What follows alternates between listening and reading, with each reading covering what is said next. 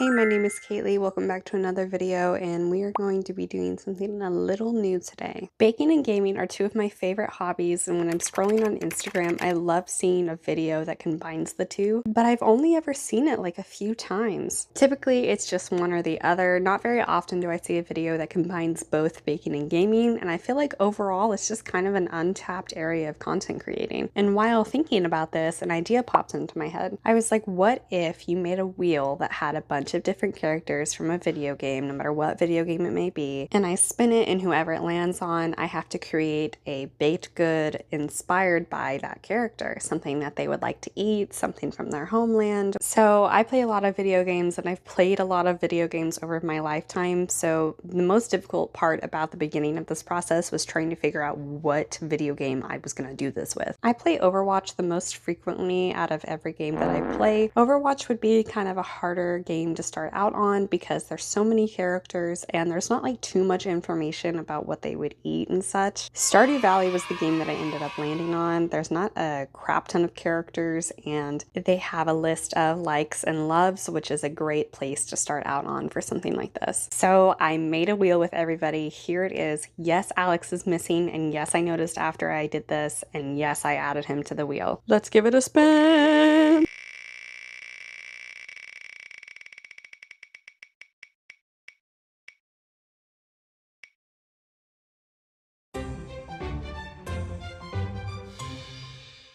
I'm going to be super honest and vulnerable with you here. I spun again because I did not want Pam, and I got her a second time, so it's destiny. If you are not familiar with Stardew Valley, which if you're not, I don't know why you're watching this, Pam is the town bus driver, also the town drunk, and she is the mother of Penny. In terms of Pam being a good person or not, I don't really know. I do know that when she goes to the saloon, she tends not to pay her tab, so that's not really a good start. She did raise Penny though, and she seems like a really nice person, so on the how much do I like this character scale, I'm gonna give her a 5. Okay. She's very much in the middle ground for me. Now that you know more about her, we're gonna go back to her loves and her likes. Oh my goodness, what a surprise! She really likes alcohol. I'm not a huge fan of alcohol. It's expensive and I've never worked with it before, so we're just not gonna mess with that at all in this series. I did see one saving grace though, and that is the glazed yams. I'm going to be making something called Pam's Yam Jam Buns. It's a mouthful, and the majority of this recipe is completely made up by me, so bear with me. Because I'm not using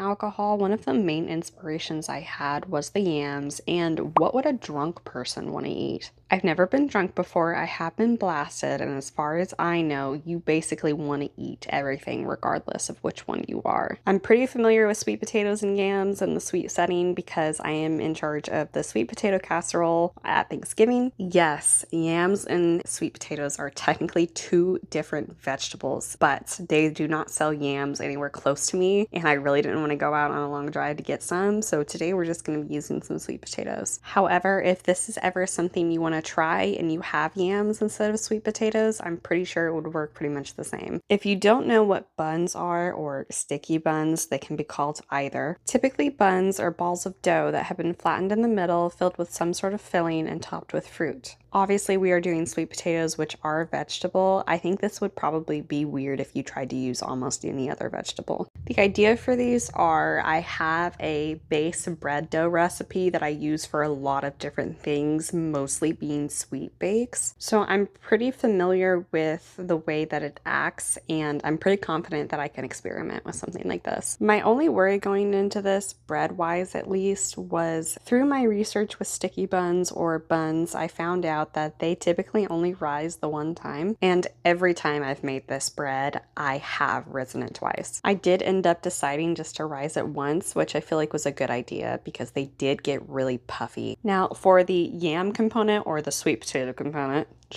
do you think I would get copyright striked if I tried to sing Yams by Fetty Wap? Anyway, I fought with these sweet potatoes for a long time. I even started banging them on the counter with my knife because I just could not cut through them. I didn't even end up using all of them. I really just needed the one sweet potato. So I am going to candy these. My main problem with the sweet potato component specifically was worrying about how long to cook them because they cook in the candied mixture and then they end up cooking in the oven. Overall, I feel like I cooked them well, but they could have been cooked slightly slightly less. I do wish there was a tiny bit of a bite to them. I added things like brown sugar, butter, lots of cinnamon, some clove, some like Thanksgiving flavors. They did get really nice and sweet and gooey. So here I'm making my cream cheese filling. It's just cream cheese, some powdered sugar, a little bit of vanilla, and I did add quite a bit of salt because I really wanted to counteract all the sweet elements in this dish. Originally, I wanted to make a marshmallow filling. I did end up adding marshmallows somewhere else, which you will see.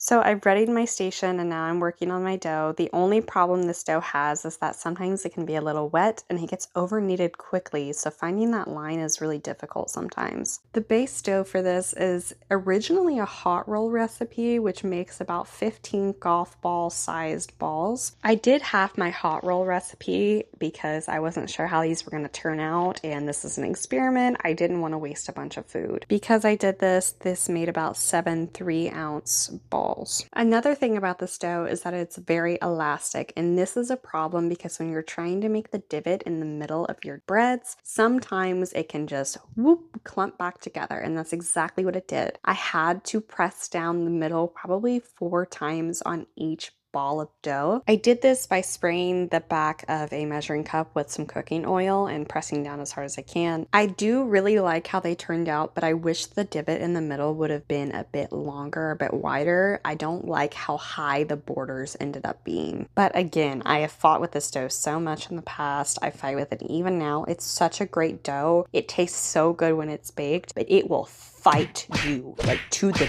death. So now I'm just putting some egg wash on the borders of my rolls. I'm doing this because I want them to get nice and golden. I'm not putting any wash in the middle because the middle I'm going to fill, so there's really no point because it's not going to be exposed to the oven. I haven't been playing Stardew Valley for very long, but it's been such a fun experience. The soundtrack is amazing. The characters and their personalities are amazing. The fact that there are so many different people that you can romance, you really can have such a different story each time you do a playthrough. Elliot is my first and only husband, and as much as I love him, I am excited to do another playthrough sometime to see what else there is to experience. I am very excited for the Elliot episode if I end up doing more, but he only really likes fish, so that's going to be really interesting. I've started filling my buns with my salty cream cheese filling, and I was originally doing this. I thought I was going to have way too much filling, and I ended up barely having enough. They all got a decent amount though, and I noticed that when they baked, a lot of the filling mixture kind of soaked into the roll. One of the concerns definitely was since the outside